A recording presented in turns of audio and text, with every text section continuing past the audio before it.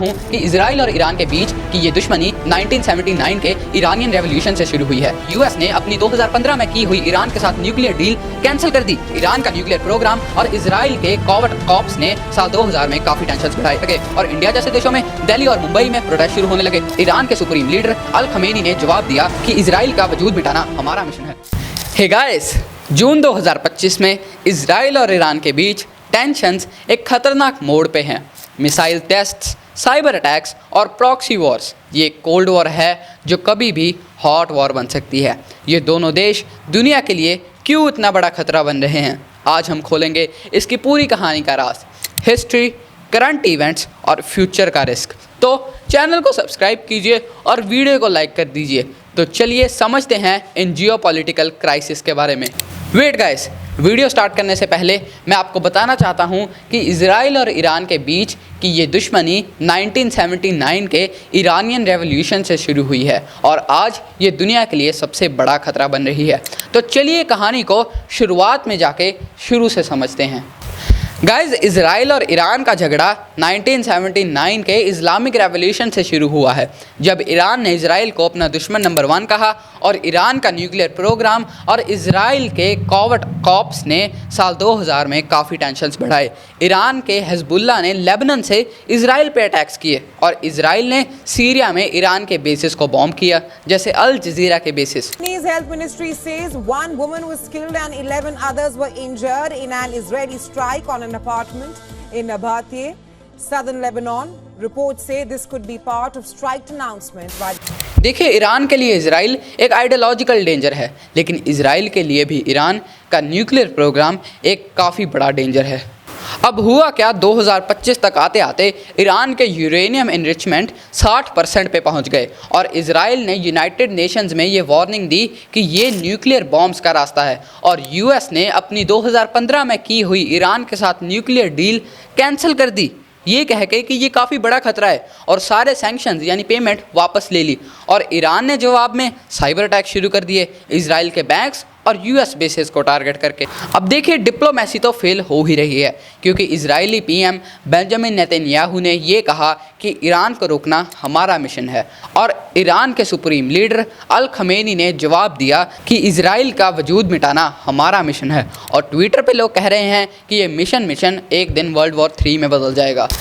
Gas, 2025 में Iran ने एक नया बैलिस्टिक मिसाइल को टेस्ट किया जो 2000 किलोमीटर पर आवर की रेंज तक मार सकता था, और इजराइल के लिए ये एक डायरेक्ट थ्रेट था। तो इसीलिए इजराइल ने जवाब में ईरान के न्यूक्लियर साइट्स पे एयर स्ट्राइक्स की प्लानिंग शुरू कर दी, लेकिन उन्होंने उसे अब तक रोके रखा। और बदले में इजराइल के रेवोल्यूशनरी गार्ड जनरल कसीम सोलीमानी के सक्सेसर जनरल हुसैन रहीमी ने कहा कि हम तुम्हारे एयर स्ट्राइक्स के लिए तैयार हैं। अब देखिए, इस बीच में तेहरान और तेल अवीव में लोग डर के साथ जी रहे हैं।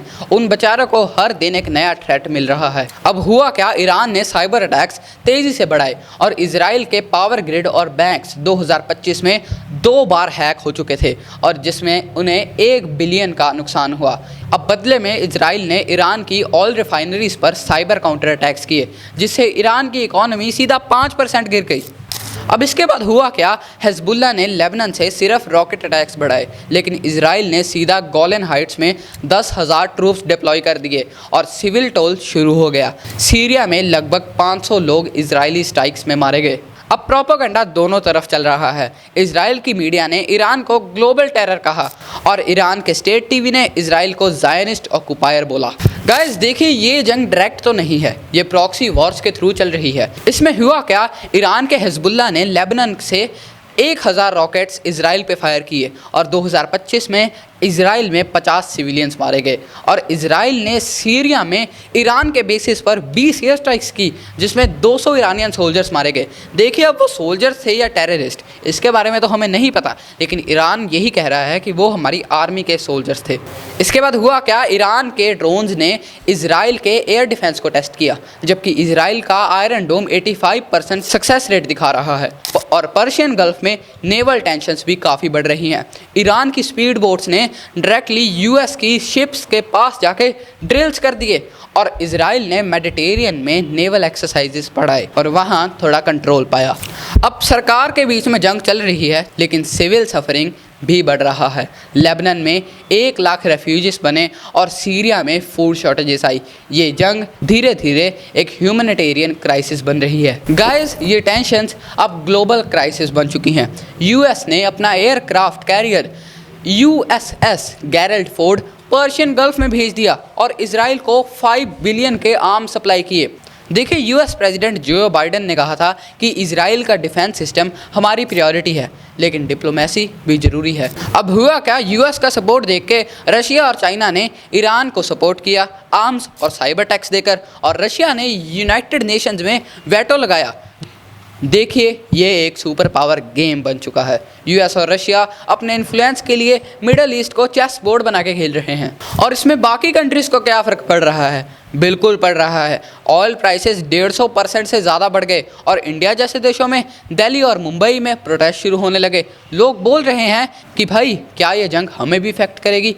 एक इंडियन जर्नलिस्ट अर्जुन मेहरा ने लीक डॉक्यूमेंट से पता लगाया कि यूएस ने इजराइल को सीक्रेट मिसाइल डिफेंस टैग दिया है। गाइस, जून 2025 में ईरान ने एक साइबर अटैक से इजराइल के वाटर सिस्टम्स को टारगेट किया, जिसमें 50,000 लोग बिना पानी के रह गए, और इजराइल ने जवाब में ईरान की ऑयल पाइपलाइंस पे साइबर स्ट्राइक्स की। न्यूक्लियर थ्रेट अब तक तो रियल हो ही चुका है। ईरान मजबूर हो रहा है अपने 60% एनरिच्ड बॉम्ब को यूज़ करने के लिए। एक सीक्रेट रिपोर्ट से पता चला कि यूएस और ईरान के बीच सीक्रेट मीटिंग्स हुई थी वाइना में, लेकिन इसका अब तक कोई रियल ब्रेक थ्रू नहीं मिला।